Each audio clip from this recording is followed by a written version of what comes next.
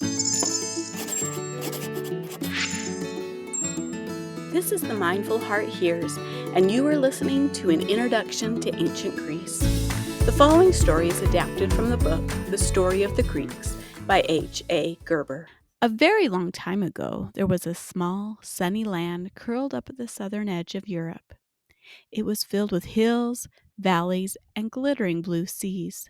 This place was Greece, surrounded on nearly all sides by the blue waters of the Mediterranean Sea, which stretch so far inland that it is said no part of the country is 40 miles from the sea or 10 miles from the hills. The history of Greece goes back to the time when people did not know how to write and kept no record of what was happening around them. It wasn't always the land of stories, statues, and philosophers that we know today.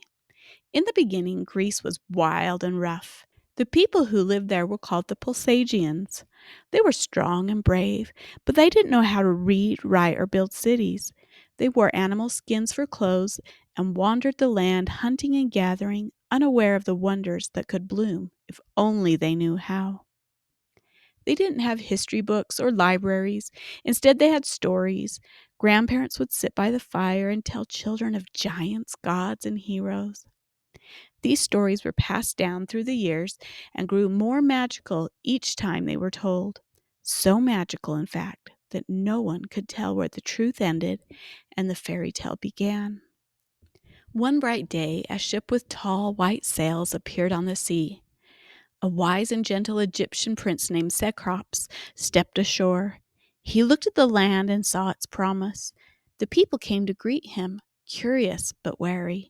Cecrops smiled and offered them gifts. He taught the people how to plow the fields and sow wheat. The earth is generous, he said. If you care for it, it will feed you. He showed them how to plant olive trees and grapevines, how to press oil from olives and make juice from grapes. He even taught them how to harness their oxen and make clothes from sheep's wool instead of animal skins. The Peloponnesians were amazed. They had never known such things. Grateful and eager to learn, they helped Cecrops build small towns in a region called Attica.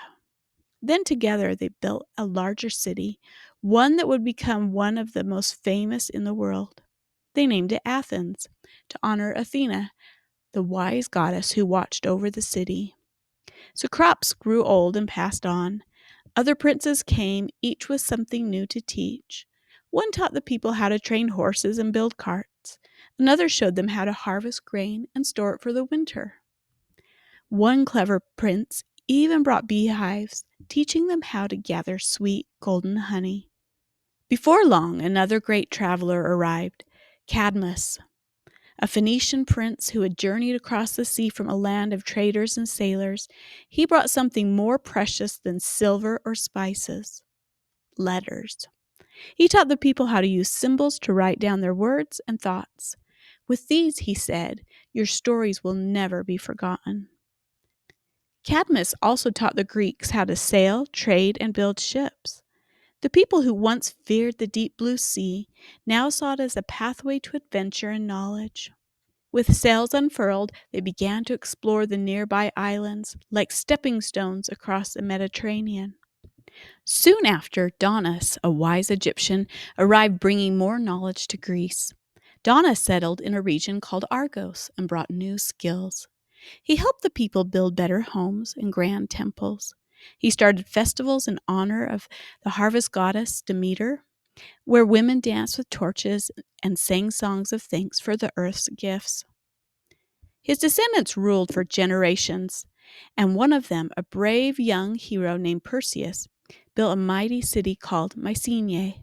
With the help of the Peloponnesians, Perseus built great stone walls, tall towers, and massive gates, some of which still stand today, weathered by time.